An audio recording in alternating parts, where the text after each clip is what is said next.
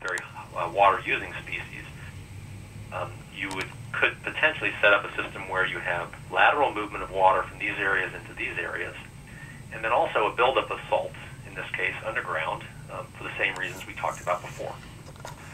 So we, in this case, predicted that the trees would flip the system from a recharge zone to a discharge. So instead of water flowing out, you have water flowing in, and that water carrying salts with it. So that was sort of our hypothesis for the system. One of the ways that we looked at, this is my last research example, one of the ways that we looked at this was to do, again, transects from native grasslands into the eucalypt forests. And so here now from above you're looking at a crop system here, primarily native grasslands around here, and then different species of eucalypt trees you're seeing in the central region. So imagine now taking a series of, we dug wells and boreholes from out into the native grasslands into the forests. We did use those wells to measure salinity, water level. We used resistivity imaging to measure the kinds of changes we looked at before. I showed you under the dry forest. And here's an example of three transects that we saw. So again, three transects: grassland to forest, grassland to forest, grassland to forest. And when we look at that, we see, again, very strong changes below ground that are driven by changes in land use. So here now, as you walk from the native grassland into the eucalypt forest, moving from left to right on our x-axis, we have salinity on the y-axis here in decisiemens per meter. EC is electrical conductivity. So you walk in the grassland, you approach the forest, you have fresh water, fresh water, fresh water. Right here at the boundary between these two land uses, and here, the salinity of the groundwater and the soils jumps up an order of magnitude.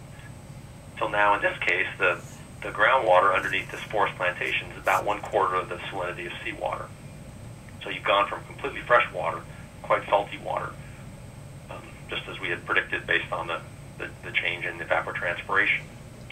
And a different way to visualize that is a graph or a figure like this.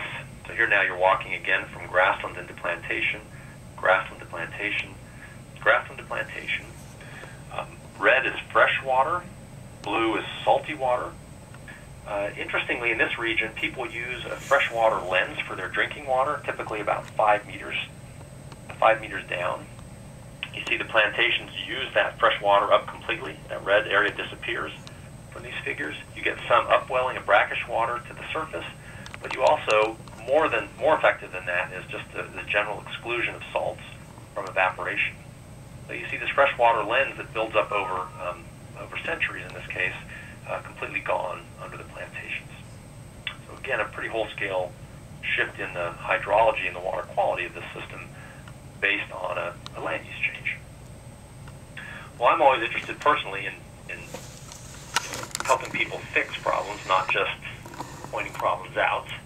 Here's one example of that. This is work of Marcelo Niceto's. What Marcelo did was to ask, in our group, so what can we do about this? Can we change how much salinization occurs by picking different species?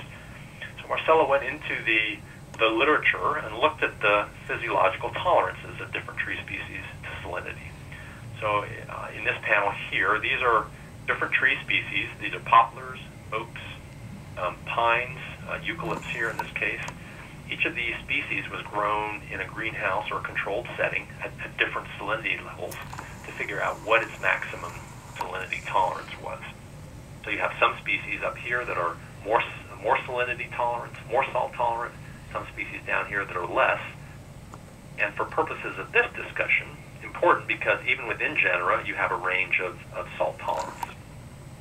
So then Marcelo did a really creative thing, I think. He went into the field, he used the physiological tolerances here on the x-axis, and then found plots of these tree species growing in the field, and he looked at the salinity of the groundwater under them in the field. And what he found is a pretty strong relationship, really, that the basic salt tolerance of these different species allows you to predict how saline the groundwater will become.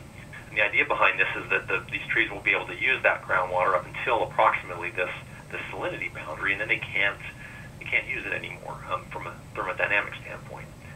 And why this is relevant for our discussion is that you can control, in other words, the salinity of that water and go back down the salinity axis by picking a different species of eucalypt or a different species of oak or poplar or something.